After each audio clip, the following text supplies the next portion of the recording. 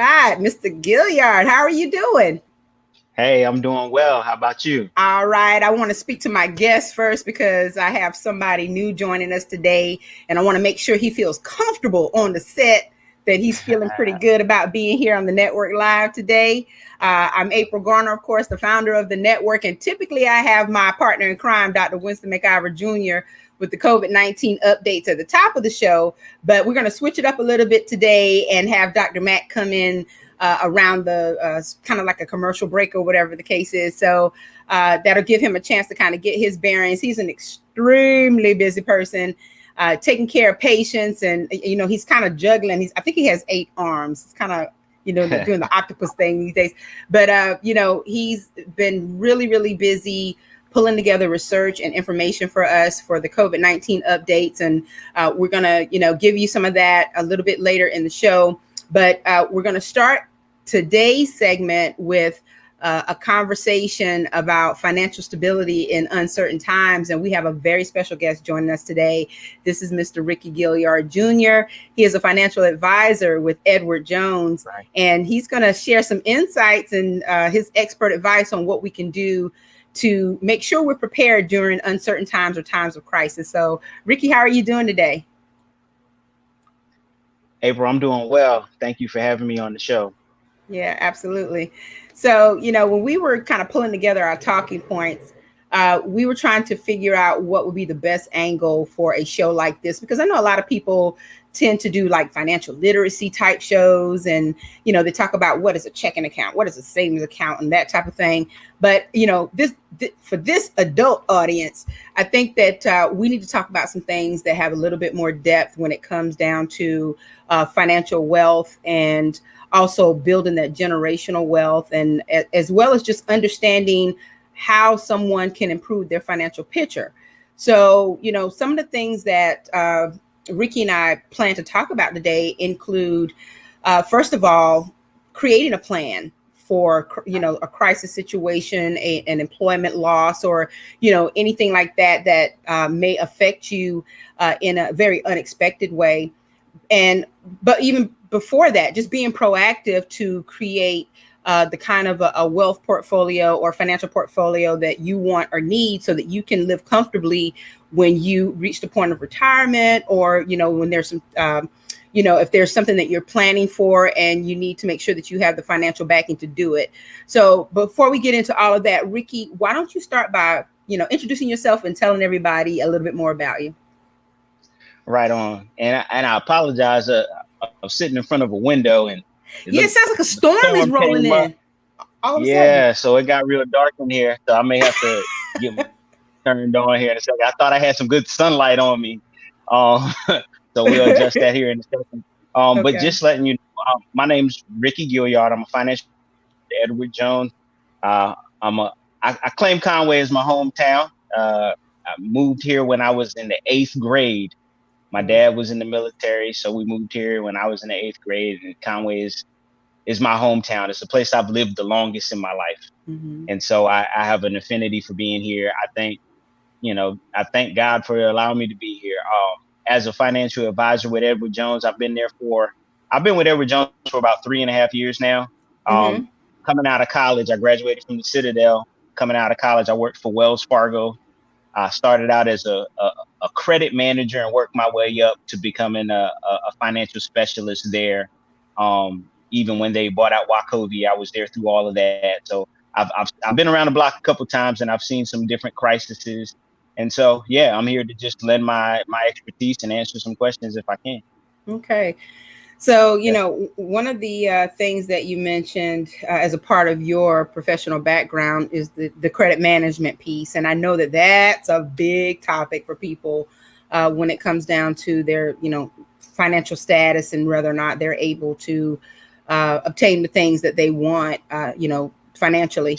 So tell us a little bit about what your work was like as a credit manager and some of the things that you encountered with people as far as their situations and things that they were trying to correct financially.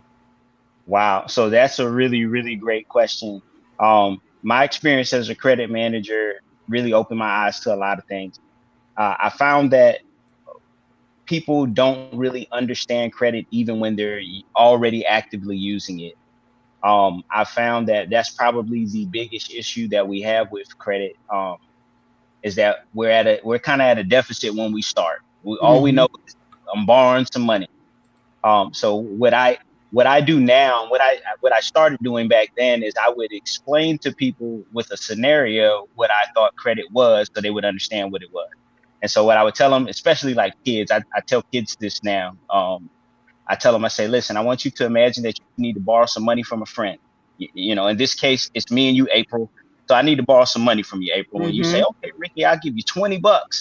I say, thank you, April. I needed that $20 to pay my light bill. And so it's dark in here, as you can see. So I go take the $20 and I go pay my light bill with this $20 that you gave me. And I tell you, April, I'm so thankful. You give me 2 weeks. I promise you, I'm gonna give you back $25. And you're like, Okay. okay, wow. You're Yeah. excited about that. Mm-hmm. Mm-hmm. You expecting this $25. You're excited about this $25. And I don't call you. I don't show up. As a matter of fact, what I end up doing is I tell my wife to give you a call and explain to you that I didn't have the $25 that I promised you, and that I'm going to just send five for now, and I'll get the rest to you 2 weeks later. Mm. That's already kind of gave you maybe a dampening, a feeling that this ain't working out too well for Miss April. But Mm-hmm. you take my $5, wouldn't you? You probably take my $5. I'll go ahead and take what I can get. Yep. Got to recoup my loss somehow. Yeah, exactly. So you take your $5. 2 weeks later, you're looking for that money again, and I say, baby, call April again. I don't have that $20 I owe her. Tell her I'm gonna send her $5 more. In the meantime, you find out that I've also asked Dr. McGyver to let me borrow $20. Okay. So I still owe you money, and I'm asking other people to borrow money.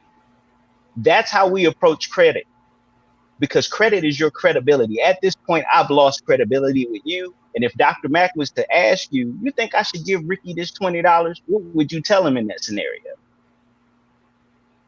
You probably tell him no.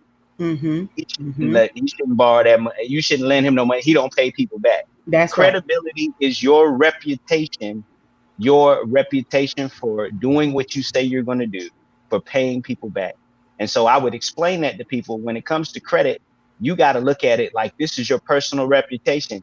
The person that's lending you money may not be named April Gardner. They may be named MasterCard, Mm-hmm. be Mm-hmm. named Visa or Discover. But these are people that are talking about how you do with your money.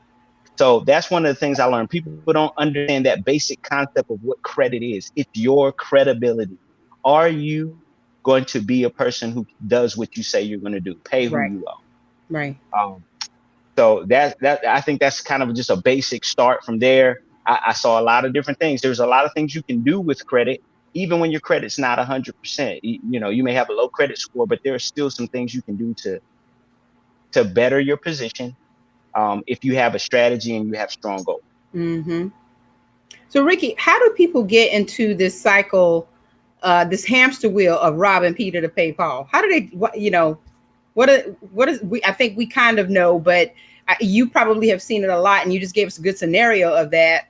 Uh, I think it's easy for people to fall into it when they're, number one, living beyond their means. Yes. Maybe they don't have enough of the disposable income that they need in order to even purchase the things that they want to purchase. So then they get into even these credit ruts. And they, when those bills start to hit, or those payments start to hit, it becomes a problem.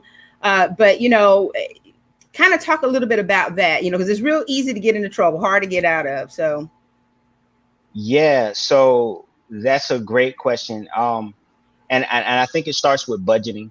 I think that's probably the best place to start. I think that we don't actively budget, and again, I don't think that we actively even know what a budget is. mm-hmm. Frankly, like, you know, I tell it like this: we need to have purpose for our dollars, right? You have to have purpose for your dollars. If your dollars don't have purpose, they're going to run to wherever they want to go. Mm-hmm. You I saw that you posted an article about Chick-fil-A. I love me some Chick-fil-A. They listen. They're a Christian organization, and they make great chicken sandwiches. If my dollars aren't purposeful, if I don't have dollars and I say, hey, these dollars are for paying the light bill, these dollars for paying Visa, I owe her money. These dollars are for paying my water bill. If I don't do that with my money, and I just have dollars that have no purpose, they're gonna end up going to Chick-fil-A every time. Why? Because I haven't set goals for my money. You have to treat your money like it's an employee. It works for you. It's supposed to accomplish things for you. Money is not a goal. It is a tool that we use to accomplish goals. We need to make sure that we find out what's most important to us, establish strong goals, and then use our money to accomplish those goals. I like that. Money is not a goal. And I think a lot of people have that mindset, especially when they're setting personal goals for themselves. They want to make a certain amount of money. They want to amass $1 million in business revenues. And, you know, of course, everybody has the next great idea that they think is going to do that. You know, there's these big pie in the sky type dreams. And, you know, sometimes they're very reasonable dreams, but, you know, people don't realize as well that it takes money to make money. And also that, you know, credit is the catalyst for a lot of things that they even want to do in business.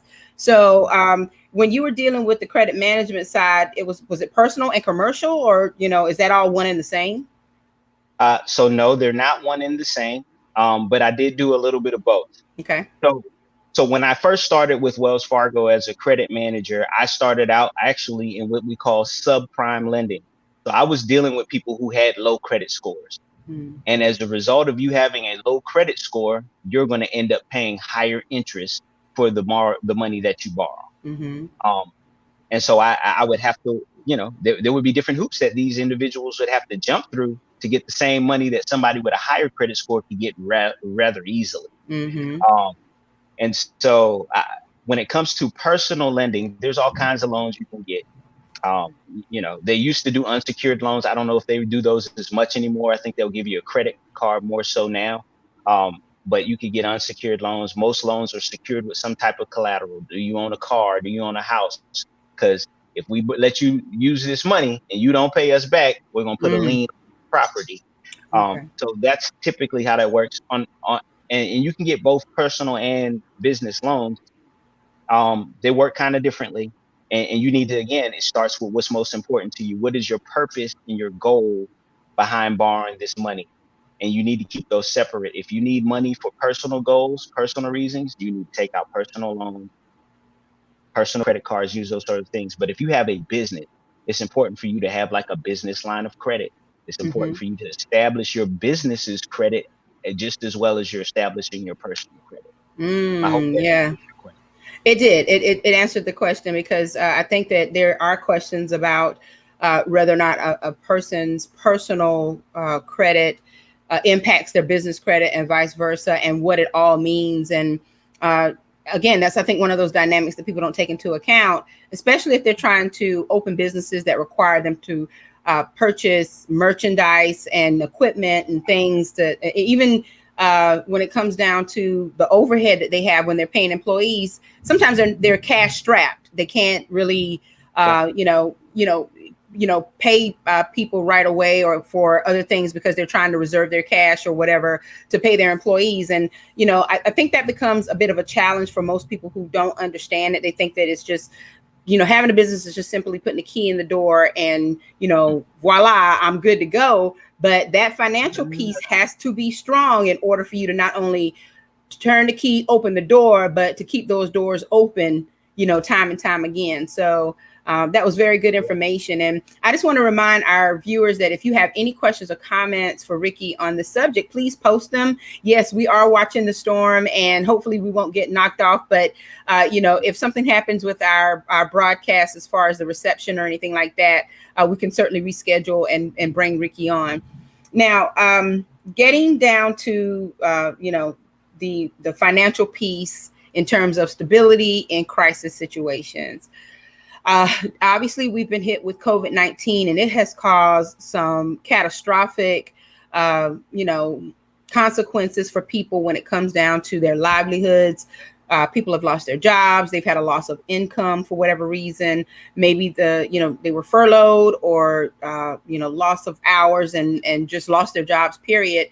And unfortunately, it probably caught a lot of people without a savings plan or, backup finances for expenses and things that they needed to cover while they're trying to get through this particular situation. So, the focus today is to talk about how to create that little cushion, how to make sure that when times of crisis arise, you have something to fall back on. So what's the first step that people need to consider as they're trying to come up with a plan of how to make that happen?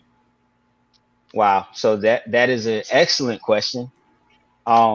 It's a really big question, and first steps can be different for each individual. But as a general rule of thumb, I would say, again, it's a mindset thing. I think that in America as a whole, we do not put enough emphasis on preparedness, right? Mm-hmm. Everyone knows that something unexpected is going to happen. There Something. will be an emergency. Mm-hmm. Everyone knows this, but we do not put a premium on making sure that we are prepared for when that thing happens. So this even relates back to what you mentioned in business. Like, you know, uh, if I have my own cookie business, at some point I may burn some cookies, and I need to have some extra money so that I can immediately go buy some more supplies and make those cookies so I can get them out to my customers on time. I Right. know this is going to happen at some point, but I don't put a premium on preparing for that. It's more important for me to go eat at Chick-fil-A today, because I Right. don't have purpose for my dollars. So Mm-hmm. this first step, I believe, in being more stable and being more prepared for emergencies like COVID-19 is changing our mindset. What is truly important? It can't just be what's going on at this moment today. I Mm-hmm. have to let the young me work for the old me. And so one of the exercises that I'll do with individuals when they come in my office is I'll draw a little sand castle, um, with 3 blocks: a real big block on the bottom, a medium-sized block, and then a small block on top. And I would say this represents how we should be saving our money and how we should be building for our future. The biggest block on the bottom is our retirement. That's where we need to be putting most of our money, and we need to put a premium on that. Like, Mm. I have to have the idea, the attitude that one day I will not be able to work. One day somebody may have to take care of me, and that may be my child or my nephew or my grandchild. And I don't want them to have to use their resources to take care of me. Mm-hmm. I'm going to save and make sure that I have resources so that even if somebody got to take care of me, they're going to use the resources that I provided. That's Mm-hmm. that's creating a generational wealth. That's creating legacy because I took care of me first. Retirement savings. Then that medium block, that one in the middle, that's where we start dealing with savings for unexpected things that may happen. I may lose my job, and it may take me 6 months to a year to get another job back. I need X amount of dollars. I need to save 6 months of my income. I need to have that saved. I need to put a premium on that. It's important to have that. More important than going to Chick-fil-A. Mm-hmm. And then the smallest block is what our spending is right now for our bills and our immediate needs. But if you put things in that priority list, in that order, that's a good first step for helping you be prepared. Again, start with the attitude that my money is not the goal. I have other things that are more important than money, but the money is the tool that I'll need to accomplish those goals. One of those goals is one day I will have to retire. Mm-hmm. Everybody say, "Oh, I ain't never gonna retire. I'm gonna work forever." Okay, let's see if that happens. Let's see if that happens. Let's see Exactly. if that happens.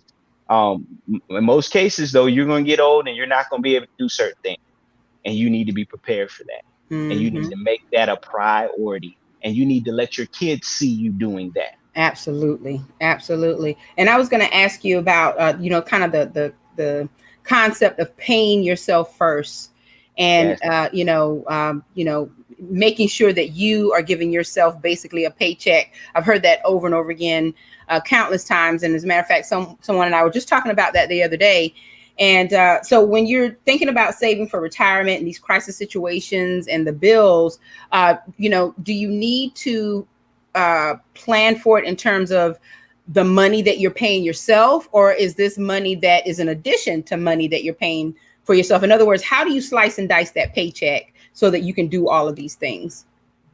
I think that you should slice and dice your paycheck into as many specific pieces as you possibly can. I think all of your dollars should be allocated. Again, your money works for you. Mm-hmm. And if you don't give your money a job, it's going to run away from you and you're Give not your going to money a have job. anything. Mm-hmm. Give your money a job. Every dollar needs to have a job.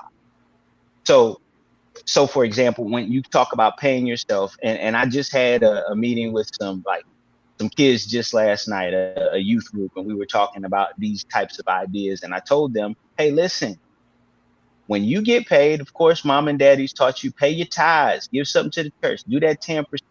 Okay. If 10% is good for God, 10% can be good for you. So Mm. you make sure you put 10% away for yourself. This 10% that you put away from, give it a title. Even at 10 years old, you can say, I'm putting away 10% for my retirement. One day I'm gonna be 65 and I'm not gonna want to work anymore. So I'm gonna keep saving this 10% for the rest of my life. That's all this money is for. You don't borrow from that, you don't take from it. You that money has a job. Same thing. So if you have, so that's retirement savings. But let's say you want to save for a car. Okay, Mm-hmm. I made $100. $10 went to the church. $10 went to my retirement savings.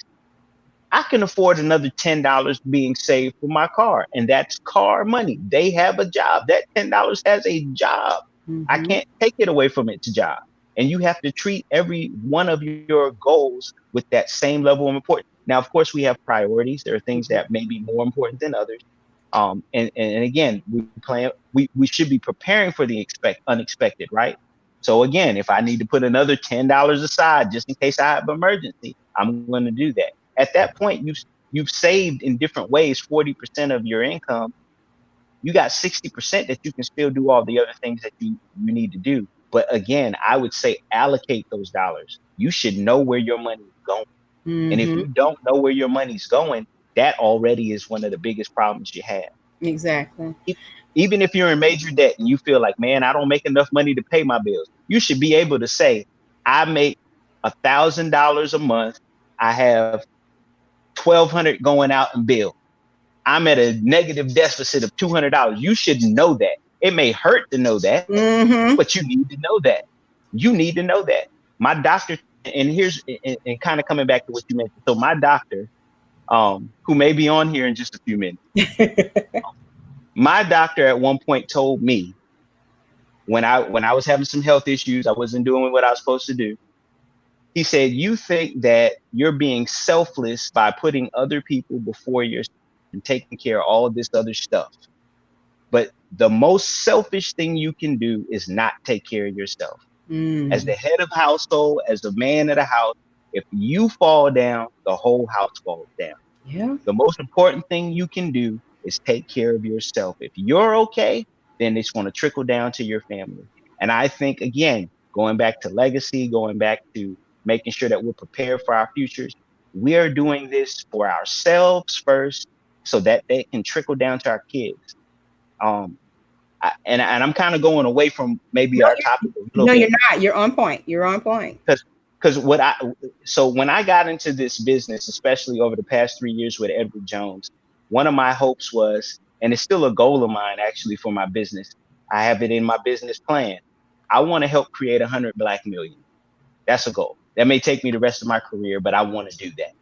I want to partner with people to help them reach their goals because I think that it's realistic that you can be a millionaire when you retire.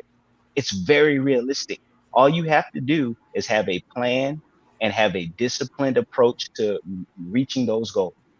You may have to partner with people to do that, and that's okay. Mm-hmm. But you can be a millionaire when you retire. Just don't think you're going to be a millionaire when you're 35. Mm. That's unrealistic for most people.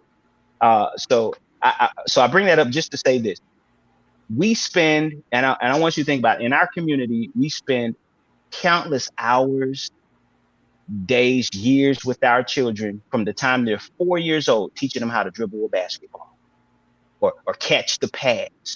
or run fast as Usain Bolt. We put all kinds of time into that to make sure that our child is the next LeBron James, the Mm-hmm. next Candace Parker.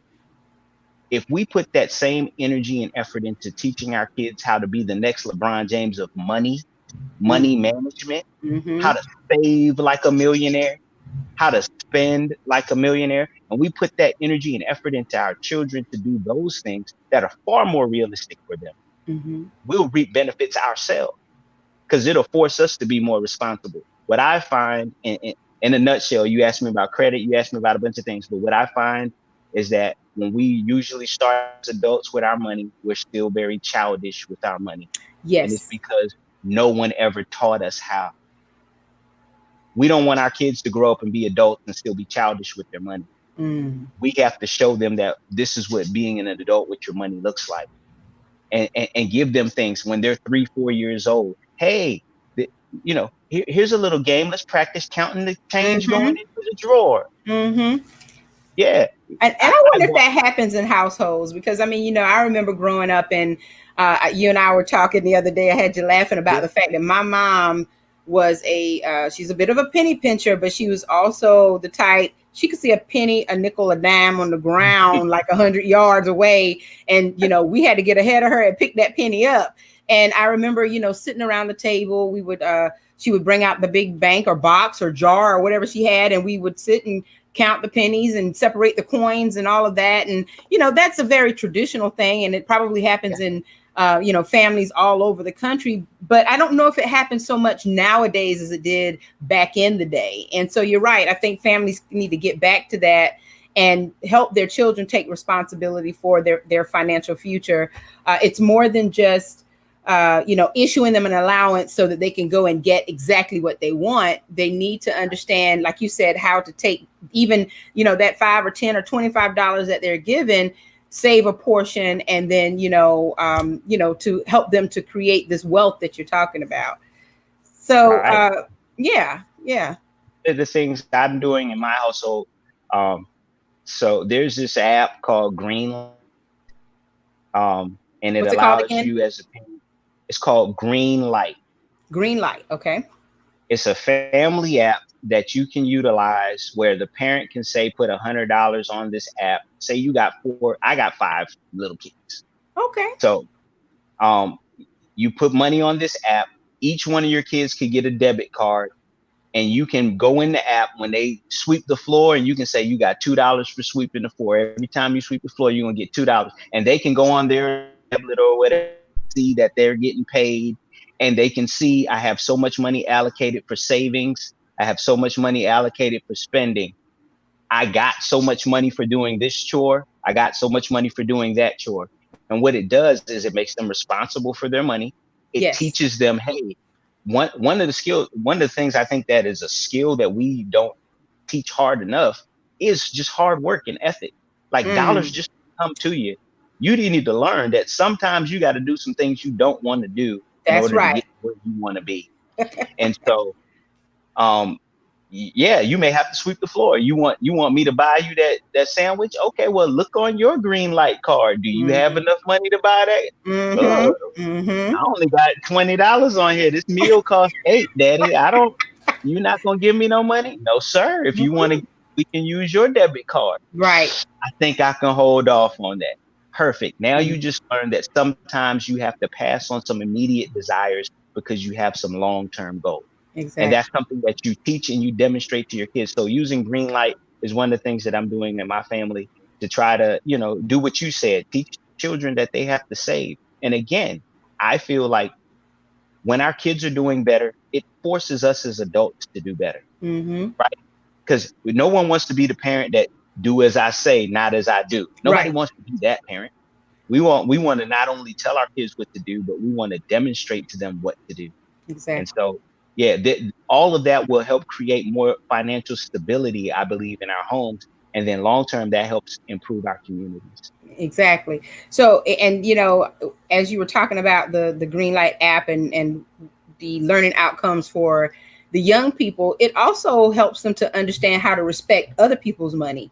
Because I think that when we think we have a bottomless pit or bottomless well, money trees in the yard, that kind of thing. We can just go and we always get it. We don't respect it as much. We take it for granted. And this way you're teaching them, well, hey, you've got to earn it. But also if you have that set aside, then the expectation is that you're going to spend your money. You're not going to spend mine. You're not going to be frivolous with mine. If you're going to, spend it at all, it's going to be what you have allotted or what you want to spend on the things that you want. And I think that's important as well, because, we live in a society where everything is glamorized when it comes down to fashion and entertainment and, what the kids want, they got to have, and the shoes and the X and the Y. And, we're doing more harm than good when it comes down to certain things that we allow the kids to just have without truly earning it and without even creating a plan for them to pay for it on their own.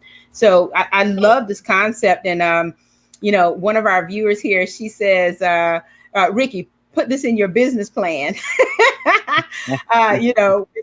Definitely is a part of trying to create that, like you said, generational wealth and those, 100 Black millionaires. So I have I have a ton of other questions that I want to ask you. And this is a great conversation so far. Again, if you have questions or comments, please post them on the thread for Facebook and even for YouTube if you're watching from YouTube. But we're going to take a little break, let Ricky catch his breath, and we're going to bring in Dr. Mack at this time. And so he's going to give us some COVID-19 updates. And then we'll come back and continue this great conversation with Ricky Gaillard Jr., financial advisor with Edward Jones. So Dr. Mack, I'm adding you to the thread at this time, adding you to the show. How's it going? You're muted. You're muted. Okay, great. Good stuff. Good stuff. Mm-hmm. Good stuff. Yeah, Brother Rick is a sharp fella and good information. Good information. Yeah. So you're looking good today. Is that a new tie? That's one of the ones. I'm telling you. That's one of the ones. I don't know about new, but it's one of the newer ones. The newer ones. Okay. You probably have a special closet just for your wardrobe. It's like your superhero outfit. No comment.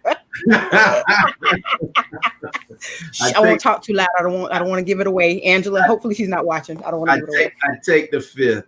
Okay. All right. So, well, Dr. Mack, we were on last week and, trying to get through some COVID-19 updates once again. And you were talking about the fact that the information, is a little bit harder to come by now. But, we do have some stats that he's going to share with us today. So, go ahead, Dr. Mack, and do your thing. And let's hear what's going on in COVID land. Okay. So essentially, in the last week is kind of how we've been doing it, going week by week. Worldwide, the number of cases have gone from 23 million to right under 25 million. The number of deaths have gone up around 40,000 worldwide, from around 800,000 to around 840,000 in the world. U.S., the number of cases have gone from about 5.7 million to a little over 6 million. And the number of deaths have gone from around 178,000 last Friday to over 185,000. That's about 7,000 more deaths in the last week, which is about standard because we've been averaging about 1,000 deaths a day for the last 5 weeks in the United States. South Carolina specifically, the number of cases have gone from 109,000 to 116,000. And the number of deaths in South Carolina have gone from around 2,500 to a little over 2,600. Horry County still is fourth in total cases, active cases, and the total number of deaths in South Carolina, behind Richland County, Greenville County, and Charleston County. The number of cases in Horry County is right around 92, a little over 9,200 right now, which is up, from last week. And the number of deaths have gone from around 176 to 178. Now, Horry County is still right at 9,000 active cases right now, it's believed, in Horry County. And let me say this too. Each one of these numbers that I give for cases, it's believed to be anywhere between 7 to 10 times more, just because those people haven't gotten tested. Georgetown County has gone from around 1,630 up to a little over 1,700. And the number of deaths in Georgetown County have gone from 33 to 37. Marion County, the number of cases have gone from 620 to 669, with the death rate staying the same. It's believed Georgetown County has, right now has about over 1,600 active cases, and Marion County about 660 active cases. Again, each of those numbers probably 7 to 10 times higher. It's just people just aren't getting tested. One of the things that we see for sure is that the number of testing events have cut down significantly over the last 6 to 8 weeks. Various reasons and supposed reasons why, but the fact still remains is that we're not testing nearly as many people as we have been testing. I think last week we had a graph on which showed the commercial labs, the public health labs were getting less specimens than they had a month, 2 months ago. 2 months ago. So again, those things we still have to watch for. Things are trying to open up. Things will open up. Some schools, some states have still said that they're not going to have any scholastic sports planned, and some states are moving forward with it. One of the things that's kind of raised a good bit of concern over the last week is some of the things that the CDC have come out with, which appear to be loosening the restrictions and loosening some of the guidelines. One of the biggest things that I've gotten multiple questions about over the last week is the CDC saying people exposed to COVID-19 may not need to get tested. I will tell you unequivocally that the vast majority of physicians disagree with that. If you've been exposed or been around somebody who has COVID-19, please go get tested, okay? I don't know I know where it's coming from, but just don't listen to that nonsense. If you've been around somebody that's tested positive, go get tested, okay? That just plain and simple. A couple other things. There was a revised list of things that people need to make sure that they're being careful with touching hands on public door handles, garbage cans, library books, electronics, ATM machines, public transportation, elevator buttons, things like that. Just make sure that you're watching the objects that you're touching, and if you are, make sure you're washing your hands thoroughly and or using hand sanitizer. There's still some question about, is it the right time now to still go on cruises, attend large outdoor gatherings, go to movie theaters, and having dinner at friends' house even. Just be careful still with who you're around. Within 6 to 8 weeks, we will be heading into cold and flu season. And in saying so, the number of cases of just sicknesses in general will go up. How much of that will be related to COVID-19, only time will tell. But again, it is something to still be definitely cautious about and still consider physical and social distancing. One thing that I do want to talk about, and I try to have one topic that I kind of focus on each week, that's kind of in the mainstream media to a degree. And one thing is the effect of COVID-19 on people of color, Latinos and African Americans specifically. So I'm going to give you some stats, give you some facts here. 4% of the world's, the United States is 4% of the world's population, but we make up 24% of the world COVID-19 infections and 22% of the world COVID deaths. Again, the U.S. is 4% of the world population, 24% of the world's infections, and 22% of the world's deaths. Now, more data has been coming out, and how accurate this is, we really don't know, because some of the numbers, of course, are skewed for different reasons. But this is one thing that was kind of verified by Johns Hopkins and the World Health Organization and University of Washington Informatics. 9 out of every 10 Caucasian people who died were over 65. So 90% of those people that died. 7 out of every 10 African Americans who died from COVID were over 65. And 6 out of every 10 Latinos who died from COVID were over 65. So what does that mean? It means that the number of people that are dying of color are younger people. A lot of the things that are being seen is that a lot of these people are essential workers, without the luxury often of being able to work from home.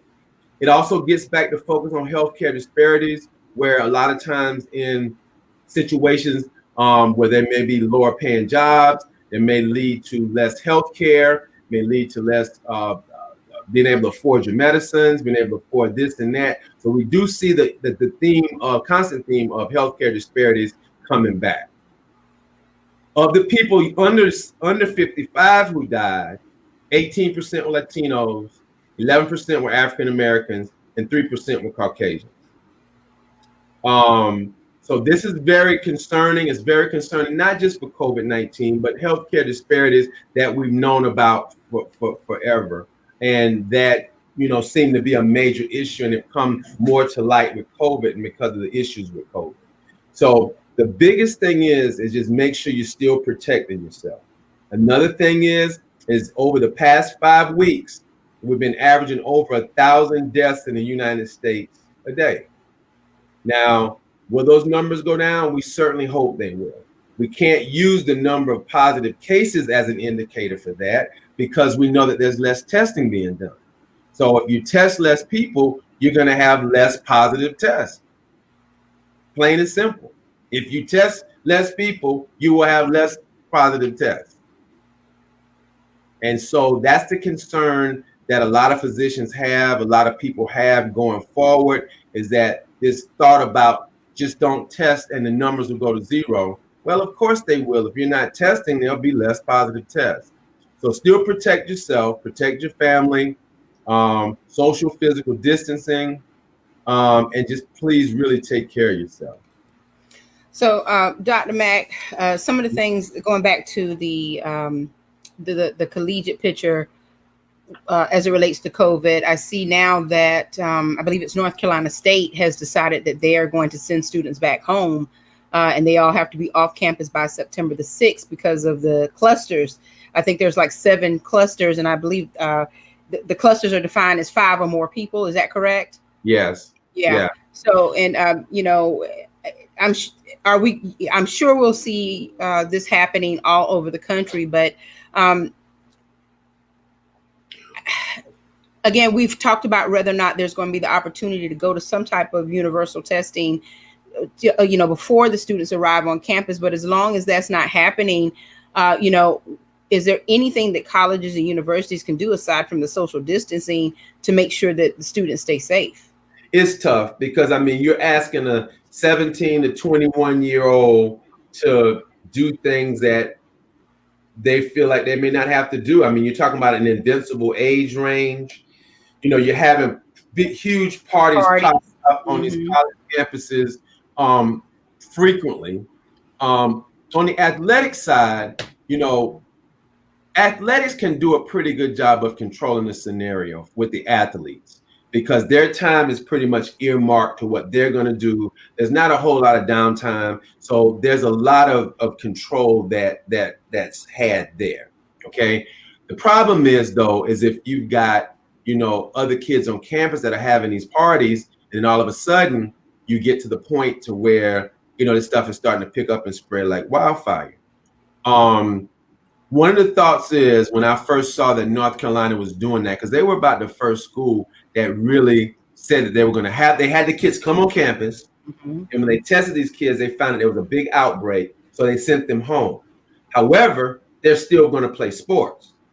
So in a big picture, that would be a scenario that would probably be ideal for most sports departments, is that if you don't have the kids on campus, but the non-athletes on campus, but you have the athletes there, you can control the scenario a lot better. But a lot of these schools are hell-bent on playing football and other sports. And, quite frankly, Coastal our conference has decided to go forward with fall sports. So it made jobs a lot tougher, made my job a lot tougher, a lot of other jobs a lot tougher. Just make sure that we do the best we can do to kind of control the numbers of cases. Right. Okay. Well, we know that the information that you're pulling together, it takes a lot to pull it together and give us a cohesive report. and certainly do appreciate you, continuing to do this. And we can't say it enough. We always do, but mask up, wash your hands, and especially with the information you just gave us about, touching the elevator buttons and things like that. I mean, when I go out, I tend to take a little bottle of hand sanitizer. I keep it in my pocket. So that if I am touching things, I'm, pretty much sanitizing almost on the spot, and then still practicing coming home, washing the hands. Typically I will, remove all of the bags first, and then after I've handled the bags, do the washing, because I feel like it's kind of counterproductive to wash your hands and then handle the bags.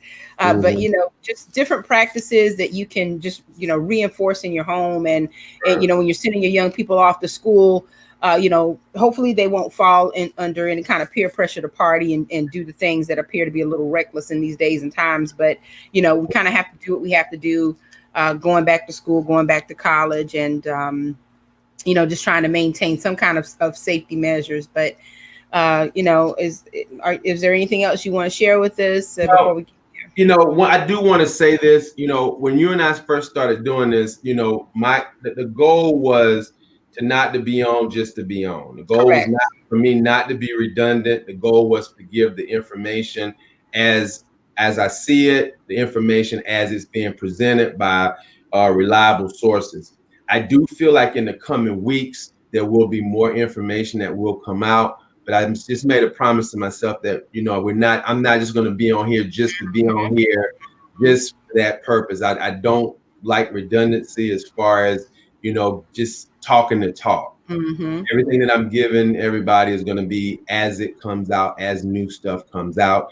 There's been a whole lot of rhetoric that's been talked about COVID-19 over the last week, but there really hadn't been a whole lot of new substance. Correct.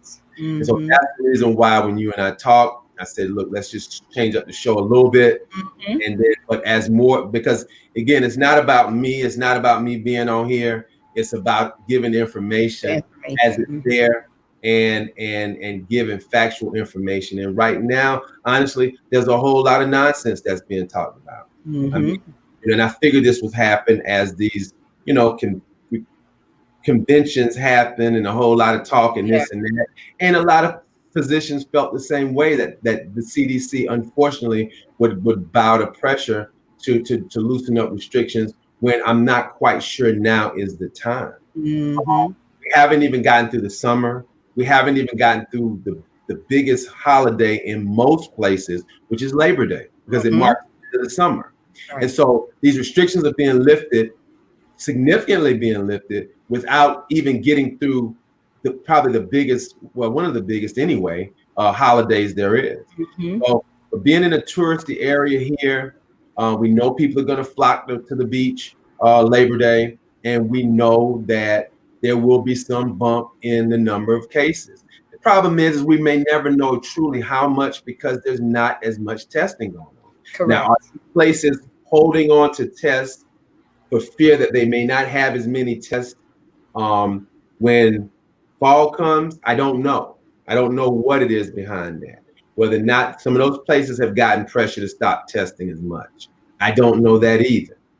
But I do know that we're not testing nearly as much as we were in June and July.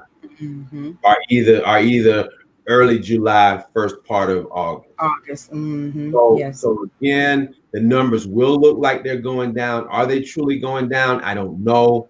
The number of deaths do seem to have taken a little small downward trend, because we were consistently hitting over 1,000 deaths a day. We've been kind of a little bit under that over the last week, but still overall averaging out to 1,000 a day over the last 5 weeks. Again, I think we had the highest, about 2 weeks ago, about almost 1,600 deaths. Again, I hate to use this analogy, but it's the best thing that I can get people to understand. That's 8 737 planes crashing that day. Mm-hmm. So again, we're talking about daily deaths. So if we're talking about 1,000 deaths a day, we're talking about 5 or 6, 737s crashing every day. So just to understand the impact of this, understand the impact, like I said, last week we were at 178,000 deaths. I knew by the time We got to this week, it'll be higher than that. And unfortunately, by the time we meet next week, we will probably be over 190,000 deaths.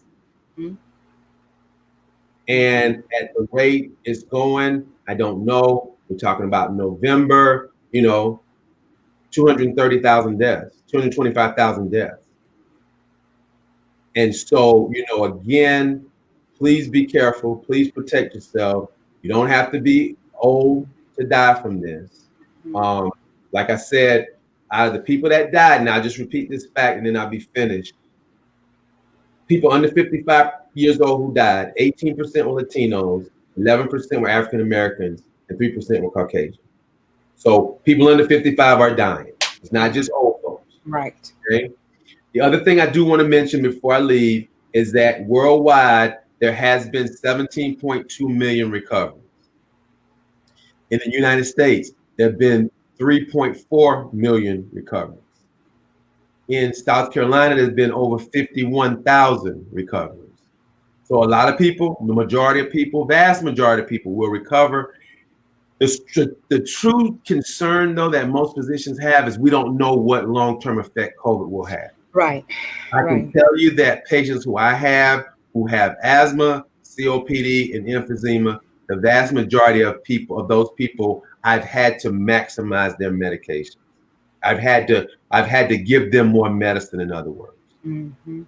Situations where a person may have had what we call mild intermittent asthma, where they only had symptoms every now and again. Maybe had to use the inhaler maybe once or twice a month.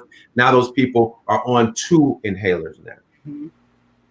And so that's happening, that's real, and we just don't know what kind of long-term effect it could have. So still protect yourself. Still understand if you've got chronic conditions, diabetes, asthma, emphysema, history of cancer, still protect yourself.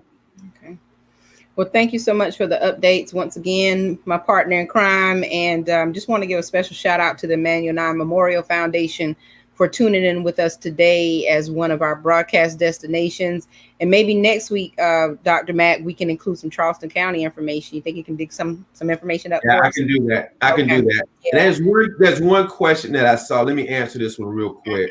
I try to go back and answer questions as they come up. Yes, this question from Jerome Bellamy. I've always been told that there is no cure for the virus. How can a vaccine help control the spread? So what happens with the vaccine is that you get the vaccine, and in theory, the vaccine is supposed to help your immune system produce antibodies to fight the virus off.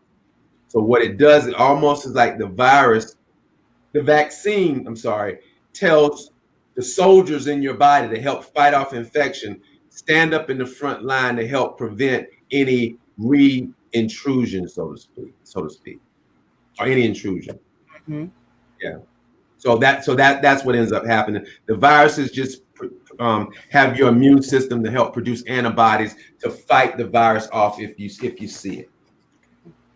All right. And of course, if you have any additional questions or comments, you can always post them on any of the threads we're sharing from our personal pages and also specific groups on Facebook. And we typically go back and we take a look at that information. And so we can always address those questions in the next episode. And or Dr. Mack is really good about answering things right there on the thread. So thank you very much. We really appreciate it. And I hope you have a wonderful, restful weekend. Thank you. Next week. Yeah, next week. See you next week. Absolutely. All right. So, Ricky, COVID-19. Did you learn something? Try to learn you something today. I always do. I always learn something. Yeah, Dr. Mack is on top of it. I tell you, it's very a trusted source. Absolutely. Appreciate having him on here. But yeah, so for those of you who are just tuning in, we have Ricky Gaillard Jr., who is the financial advisor or a financial advisor with Edward Jones. And we're talking about financial stability in uncertain times. And he was dropping some gems at the beginning of the show. We're just kind of talking about, credit management and, saving and how to create a plan for this type of thing. Also, how to pay yourself, and we talked about the pyramid of retirement and the bills and all kinds of great stuff.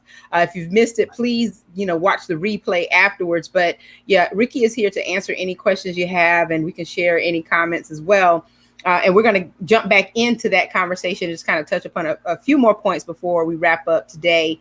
But as we kind of ended the top of the show with just talking about the savings plan and how to be, proactive and paying yourself, allotting the 10% as kind of like a benchmark, the same way that you allot 10% for tithes, 10% to yourself to take care of expenses and things of that nature. So now we get into, recovery during COVID, and just kind of talking about what people can do if they are a little bit leery about, pulling some things behind or holding some things back to start to save just in case we fall into another shutdown situation or quarantine situation. We, certainly don't want people to feel like they can't do it. And one of the things we talked about is that I think people believe that you have to have a lot of money in order to start a savings plan. You have to have saved a lot to create a savings account or a savings plan. And that's far from the truth. Am I right? Very far from the truth. Very, very far from the truth. I would say more than what if I had to say what's most important, it would be the amount of time you spend saving versus the amount of money you're saving. For example, I think that, so use this as an example. So if we were going on a trip to Atlanta, which is about a 6-hour drive, and we left at about 6 o'clock in the morning, let's say 5:30, let's say we want to get there. So we leave at about 5:30 in the morning. We're going to get there 6 hours later. If we, instead of leaving at 5:30 in the morning, decide, I'm going to wait till about 10:30 to leave Conway, you're not going to just get to Atlanta 6 hours later the 4 hours later than that 5:30 time. You're going to get there like 6-7 hours later because you started later in the day. It's going to make your journey a lot more difficult. And so when it comes to saving, it's not about having a large sum to start with. It's about giving yourself enough time to save for whatever your goal is. Start earlier. The best time for you to start saving was 10 years ago. The next best time is right now. So don't let the idea that, it's too late or whatever. Give yourself as much time as possible. And then when we're talking about planning for what the unexpected, understand, if it's not COVID-19, there will be another difficult economic time in your life. That's right. It's going to happen. You have to put a premium on being prepared for that. If you weren't prepared this time, make it a point to be prepared for the next time. Exactly. And, and this situation is just so unique in as far as the protocols and things we had to follow. A pandemic just totally shut us down. And it's unlike a natural disaster with, hurricanes and tornadoes and floods where, people after a couple of days may be able to navigate around, roads and things of that nature. We can get back to whatever our normal was. But, the pandemic shut us down for 5 or 6 months now. And so, yes, people have totally lost, their sense of livelihood, and they're a little bit more apprehensive. But, the main goal behind having this particular broadcast today is to let people know that, there's still the possibility of preparing, even if in a small way. And then, once you are able to amass, some savings, or at least come up with a good plan that you think will work for you based upon your new situation, then just, be consistent about it and make sure that, you speak to someone like Ricky Gaillard, who is, well versed in this, and he can kind of tell you the ins and outs of, whatever your plan may be. And so that kind of takes me into some of the things that appear to be hot and trendy when it comes down to amassing wealth. And, one of the things, and I don't know if you know a lot about it, but I'm just going to put it out there, but, the stock markets, things of that nature. I get requests all the time to, have people come on and even talk about what a person needs to think about if they want to invest in the stock market. So investments and, how, that particular dynamic comes into play as far as your wealth plan or your financial plan. Do you have any knowledge or information that you can share with us about that? Yeah, so I can't hear you. Right now. You Can't hear you. Yeah. Oh man, hold on. Okay. I don't know what happened, and I might have got. I'm hearing you now. I don't know what happened. Yeah. Okay. Talk. Yeah, I can hear you now. You can hear me now? Yeah, I can hear you now. Yes. Okay. So after you adjusted the camera, something happened. Yeah. Okay. All right. I don't know what I did. Okay. Sorry. All right. But what I would say is, when it comes, so I do have information when it comes to like stocks and investing in the market. What I would say is, there's huge opportunities right now. Not every opportunity is appropriate for every individual. So anything that may sound like I'm giving like advice to a specific investment, I'm going to try to avoid on this call. Mm-hmm. But if you have specific questions about a particular stock or, that sort of thing, please, I'll make sure my contact information is out there so you can call and have that individual conversation with me. But in general, when it comes to stock, what you're doing is you're trying to find companies that you think are strong, good, long-term companies that will be around for a long time. And you want to put your money in basically to buy small ownership in those companies. So as those companies continue to grow and do great business, your value in that company grows, and therefore you end up making more money. Mm-hmm. In a nutshell, the idea, is to buy low and sell high. So, for example, let's use, General Electric. Let's say you were 10 years ago, you tried to buy some General Electric stock, and it was, $5 a share. So you bought some and you held on to it, and now today it's worth $50 a share.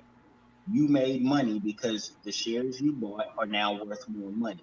Mm-hmm. That's the basic idea of stock, and it sounds foreign, but if I was to put it into like a more layman term, I want you to imagine going into whatever grocery store you go into, Food Line, for example. Food Line's right across the street from my house. So if I go into Food Line and I say, man, I want to buy 5 jars of jelly, 6 jars of peanut butter, 2 loaves of bread. I'm about to bust down some peanut butter jelly sandwiches. I can buy as many of those individual items as I want to. At night, they go in there, and what they do is they stock the shelves. It's the same concept when you're buying stock out of the market, except it's a virtual market. You don't get to physically walk into the door and pick things right off the shelf, but you're virtually going into a market. You're saying, man, that Google over there looks good. That Microsoft over there looks real good. I think I want about 5 of those, or I want, 2 of those, or whatever. So you buy those things. And the question I always pose to people is, once you bought that jelly, even though Jiffy made it or Peter Pan made it, once you buy those 5 jars of jelly, or jam or peanut butter, whatever it is, who is now the owner of that stuff? Right. The individual ones you bought. Who owns that? You do. Can't nobody tell you what to do with 5 jars of jam that you just bought. That's right. They can't call you up and say, do this with you. No, this is mine. That's right. I stress that because you have to have an ownership mentality when you look at getting into stocks. You're buying things that you want to own. And I like working with, and my company likes working with serious long-term investors. So we're looking for companies that we can buy ownership into and hold on for a long time and reap the benefit of being a part of a very successful business. If that makes sense. It makes a lot of sense. It certainly does. We have this is a couple of questions within a comment. Can you address the college student debts and consequences of borrowing more than needed? Many use it to live on. They, pay for apartments, cars, etc. Some may be returning to school second term or second semester. What advice do you have for them, especially the impact after graduation from college? Good questions. Student debt, so student loans. Yeah, that's a big question. That's right there. Question. So I'm gonna answer two parts of this. And oh my gosh, April, I'm looking at the time. I have a meeting that I'm gonna have to jump on to in Yes, just a that's fine. minute. But Okay. Mm-hmm. so I'm gonna so I'll answer this question. So you made me think about two things. Number one, earlier we mentioned college students and things of that nature, and I mentioned that money is not a goal. Money is a tool to help you reach goals. I'm stressing that again because a lot of times people go off to college, and their purpose is to learn something so I can get a job to make money. Do Mm-hmm. not chase money. Number one, do not chase money. Chase purpose. Mm-hmm. Chase making a difference in lives. Chase something that makes your heart come alive.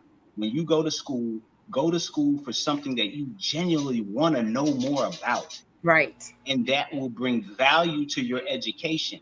And then when somebody say, "I'll pay you $20,000 for that knowledge," you say, I Mm-hmm. value my education. It's worth more than $20,000. You won't get underpaid as much because what you gain from college is more valuable. I need to stress that.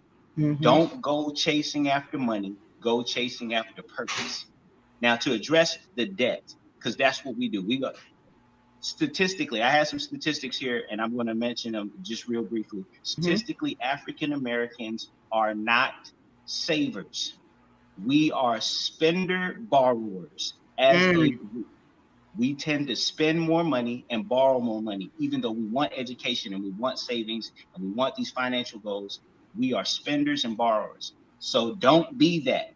When you go to college and you're trying to buy some Chick-fil-A sandwiches, so you like, man, if I get a little bit extra on this student loan, I'll be able to eat Chick-fil-A for the rest of the semester.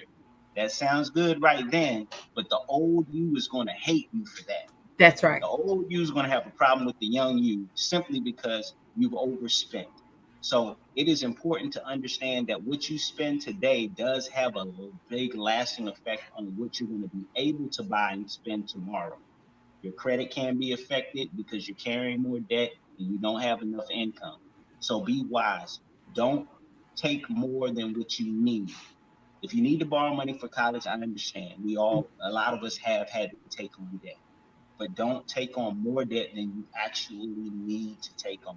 If you're able to pay for a few college classes out of pocket, go ahead and do it. Do The that. old Yes. you will love you, the young you for doing so. You're So I hope absolutely that right. helps answer your question. Yeah. And then real quickly, I would say this. So, so at Edward Jones, and for my personal business practice, first thing I'm always going to do is try to understand what's most important to you. Then I have an established process that I'll go through to help me and you both understand where you are, where you would like to be. Can you get there? If so, how do you get there? Mm-hmm. And then we partner together to make sure that you stay on track. It's a 5-step process. Where am I right now financially? You need to sit down and really, whether you like it or not. I have a client, a recent client, makes over $180,000 a year. We sat down, we started doing budgeting, we started looking at their finances. And this person at the end was very sad because I showed them that their cash flow at the end of everything, they had about $100 left over every month, and Wow. that their net worth was like $10,000. You're making $180,000 a year, but your net worth is only ten It's thousand ten dollars, and you thousand only got an dollars. extra $100 a month. That's not even That's not helping 10% of what they're position making you. annually. Yeah. Huh? So that's not even 10% of what they're making annually. So the point is, if you don't understand that about yourself, if you don't know where you are, you can't Mm-hmm. correct it. So one Mm-hmm. of the first things we got to do is make sure that we understand where we are, and then point to where we want to be. Mm-hmm. Take the time to go through understanding where you are, know where you are, understand where you would like to be, get with somebody. Can I get there? Is it possible? If so, how? What do we need to do? Mm-hmm. And then partner with someone that can help you stay on track. You need an accountability partner. And so that's my 5-step process. That's the Edward Jones 5-step process. It's an established process that helps people reach financial goals. Statistically, African Americans, we are on the rise. In less than 10 years, households making $74,000 or more have grown by 64%. Mm. As of 2017, statistically, we have $1.3 trillion worth of buying power. But the problem is we're not saving that. We're Right. spending it, or we're borrowing more. All right. All right. Well, Ricky, thank you so much. It's yeah, I know that you said you had to go or whatever, and somebody's going to ask for a part 2. I'm sure that's going to happen. And that initiative, the 100 Black Millionaires, we've got to dig a little bit deeper into that when you're ready as well. Yes. So, but thank you so much. I do appreciate you being part of the network as well. And if people need to be in touch with you, how can they be in touch with Ricky Gaillard Jr. at Edward Jones? Right. So I'm easy to find on Google. If you Google financial advisor Ricky Gaillard, I'm gonna pop up real quick. All right. I'll give you my office phone number right now. That's probably the best way to get in contact. We call my office. Katie is there. That's my business partner. She'll get you on my calendar, and we will meet. My number is 843. The office number is 843-237-2662. You can also go to edwardjones.com/Ricky Gaillard, and you'll find me there. So please give my office a call, schedule an appointment. I would love to sit down and talk to you about what's important to you and how we can help reach those goals. I appreciate you guys having me. I definitely have to jump off right now because I know I got a client waiting for me to get on the call. Yes. All right. Well, thank you so much. You guys, and you have a wonderful day. Yeah, I appreciate you being here. Thank you so much, and good luck to you. We'll talk to you soon. All right. Bye-bye. All right. Okay, and so that was Ricky Gaillard Jr., financial advisor with Edward Jones, and he gave us some great financial advice on how to remain financially stable in uncertain times, and also what to do to be proactive with your savings. And we'll definitely have Ricky back. I see that a couple of people said yes, part 2, and we certainly will do that. So I want to thank all of you for joining us today. Remember, the rebroadcast can be seen on Facebook, and also I will drop in the YouTube link so that you can share that on your Facebook pages and with friends and family so they can get this great information that Ricky provided us today. So again, as Dr. Mack said, we will continue to bring you the COVID-19 updates on a weekly basis as the information is accessible. We'll pull all of that information together, and he will provide us with some really good research of what's going on, current information. And we'll try not to bring you, the redundancy that's out there, and so that you will know what are the developments in with COVID-19 and how we can stay safe as we navigate through this crisis. So I want to thank everyone for joining us today on behalf of Dr. McIver and all of our destination partners here. And we will see you next week, same time, Friday at 4 p.m. So everybody have a very safe weekend, and we'll talk to you soon. Thanks.